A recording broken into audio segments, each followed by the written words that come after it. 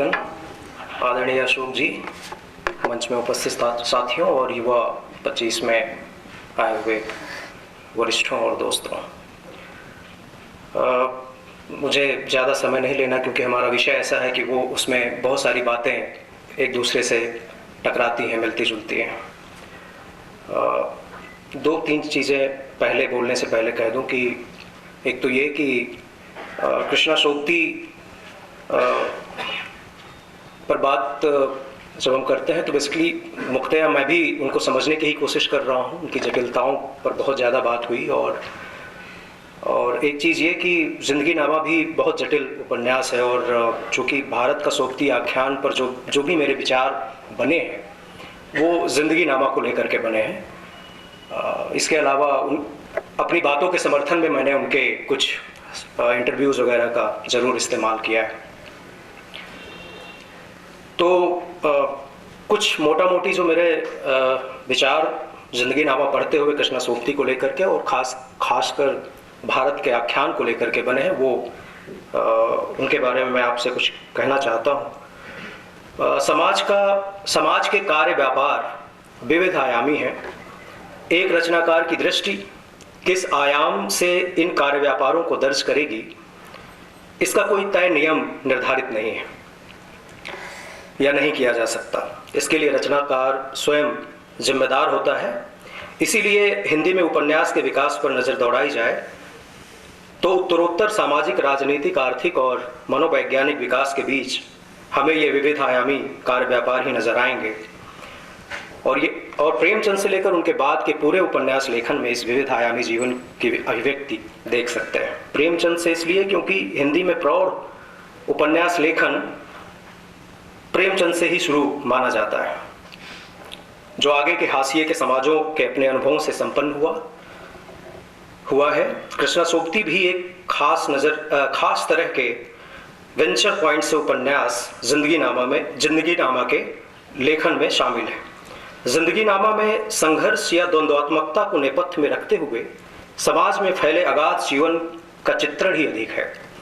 और ये बात मैं आगे थोड़ा सा स्पष्ट करूंगा। ये पंक्ति मैंने कि कैसे वो संघर्ष उनके यहाँ थोड़ा नेपथ्य में है, सिर्फ और सिर्फ अगाध जीवन ही उपन्यास में दिखता है,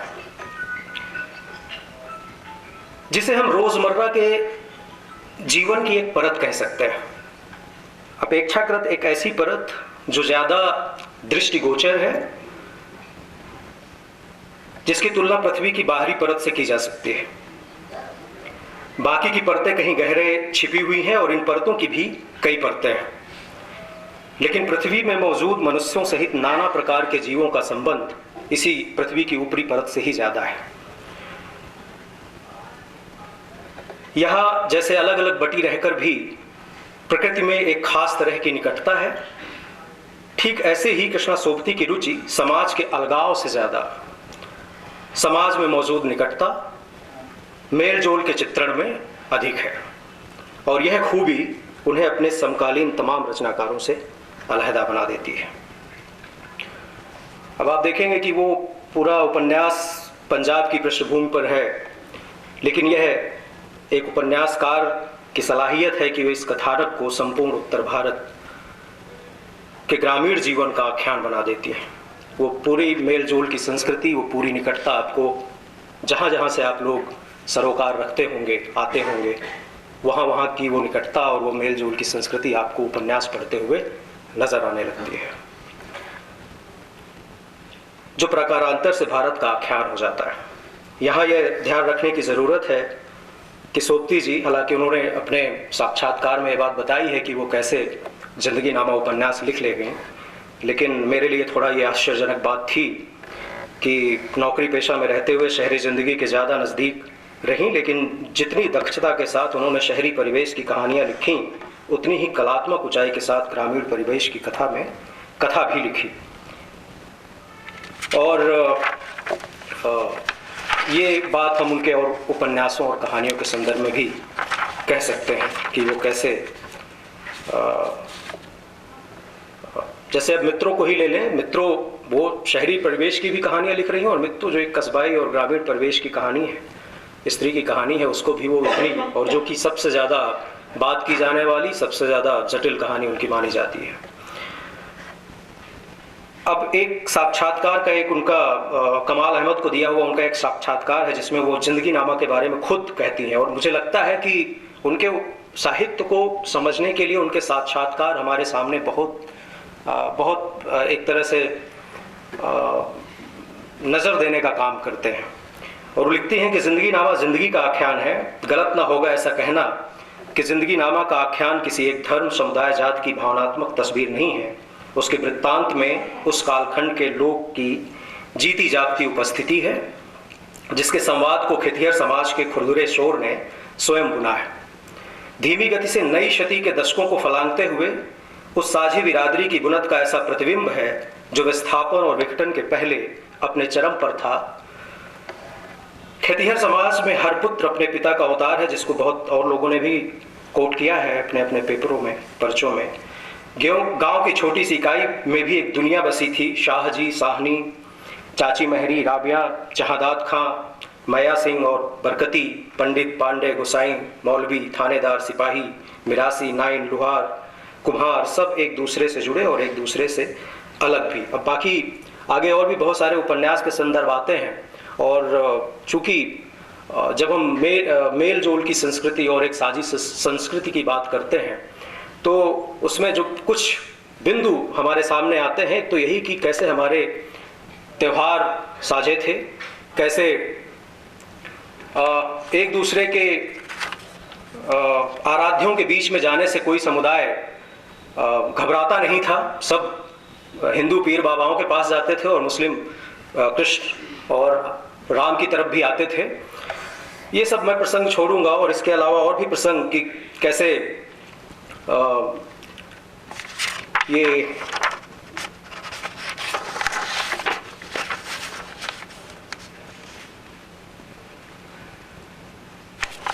कैसे हमारा भक्ति काल जो है वो साझी संस्कृति को विकसित करने में कितना बड़ा योगदान उसका रहा है। ये वाले प्रसंग भी मैं छोड़ूंगा, और ये भी प्रसंग छोड़ूंगा, उनके उपन्यासों में ये चीज़ें आती हैं, वो ये बात मानती हैं बहुत। ऐसा नहीं है कि वो इसको छुपाना चाहती हैं, मानती हैं कि भाई मुसलमान देश में बाहर से आए थे और बहुत सारे लोगों ने अपने अपने धर्म परिवर्तन किए। ये सारे संदर्भ उपन्यास में मौजूद हैं, और मैं इन सारे संदर्भों को अपने जो पर्चे में मैंने लिखा है वो सब छोड़ देना चाहता हूँ, आप सब जानते हैं।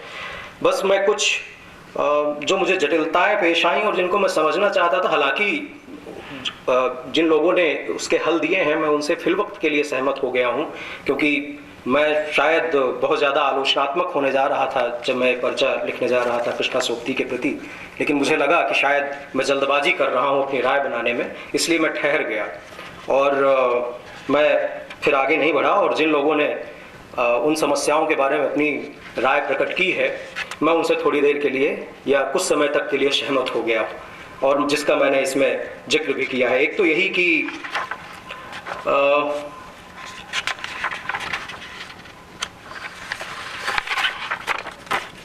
जिंदगी नामा का कथानक परेशान करने वाला है। किसी को पढ़ते हुए ये ख्याल आ ही सकता है कि आखिर वह जिंदगी नामा क्यों पढ़ रहा है। इसमें ना तो सीधे सीधे कोई समस्या उठाई गई है, और जब संवादों के स्तर पर कोई उपन्यास या कोई रचना चल रही हो तो जाहिर सी बात है उसमें समस्याओं को समझ पाना बड़ा मुश्किल हो जाता है, और ना ही इसमें कोई, जिसको आज के समय में हम विमर्श कहते हैं, उस तरह का कोई विमर्श है। फिर पढ़ें क्यों उपन्यास को? क्या सिर्फ गुजरात पंजाब में बसे किसी सीमांत गांव के कुछ अलग अलग धर्मों के स्त्रियों की आपसी हंसी ठिठोली, घर गृहस्थी आदि की बातचीत जानने के लिए?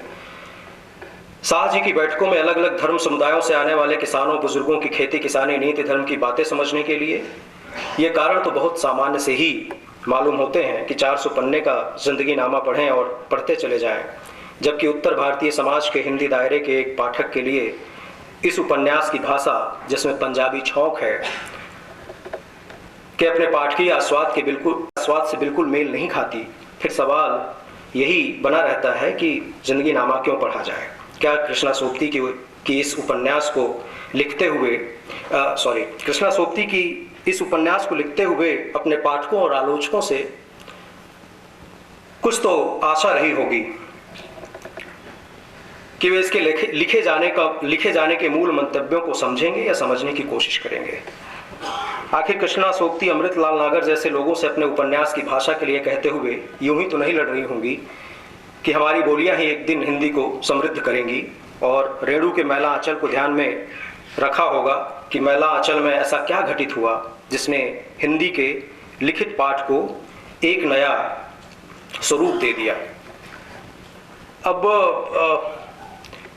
आलोक भल्ला जी को पढ़ रहा था मैं, इस उपन्यास के संदर्भ में उन्होंने लिखा है, और उन्होंने समझाने की कोशिश की कि जो भी इस विषय वस्तु को पकड़ते हुए या उठाते हुए उपन्यास लिखे गए हैं, उनकी प्रकृति क्या है, उनका नेचर क्या है।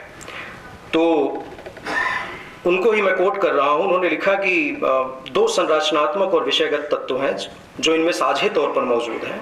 पहला यह कि ये पूर्व विभाजित भारत में एक सामुदायिक आपसदारी के अस्तित्व को मानते हैं, या फिर कुछ याद रह गई घटनाओं के माध्यम से विभाजन के बाद निर्वासन और दर्द की विखंड भावना के संरचनात्मक पूरकों के रूप में सहिष्णु समुदायों के स्थान के रूप में महाद्वीप की छवियों का काल्पनिक कथानक बुनते हैं।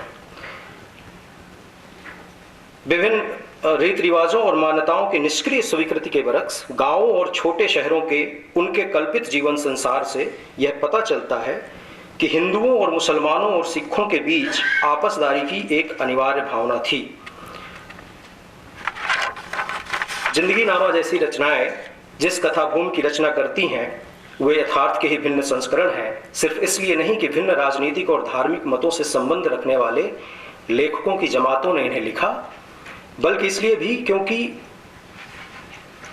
इन रचनाओं को एक तरह से बामशक्कत अर्जित किया गया था, लिखा गया था, क्योंकि बहुत ज़्यादा हिंसा देख करके और लोग लेखक हमारे परेशान हुए थे। प्रतिशोध के नरसंहार के बाद उनकी कल्पना करने के लिए बहुत ज़्यादा क्षमा और बहुत ज़्यादा अनुग्रह की आवश्यकता होती है। तो ये एक, क्योंकि इसलिए मैं कह रहा हूँ क्योंकि एक उसमें कृष्णा सोबती ने ये जो शाहों और जाट किसानों के बीच का जो एक द्वंद्व है उसको उन्होंने बहुत, उसका एक तरह से जिक्र करके निकल जाती हैं, उसको बहुत विकसित नहीं करती हैं उपन्यास में।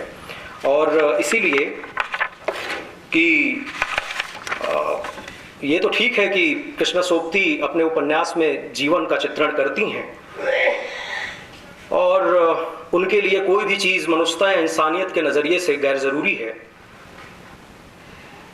लेकिन अब जैसे उनके यहाँ आंगन की महिलाओं का जीवन उपन्यास का, या फिर शाह जी की बैठकों में दिखने वाला जीवन, खेतों में मेहनत मशक्क़त का जीवन, ये सब बहुत पूरे विस्तार के साथ उपन्यास में चला आता है।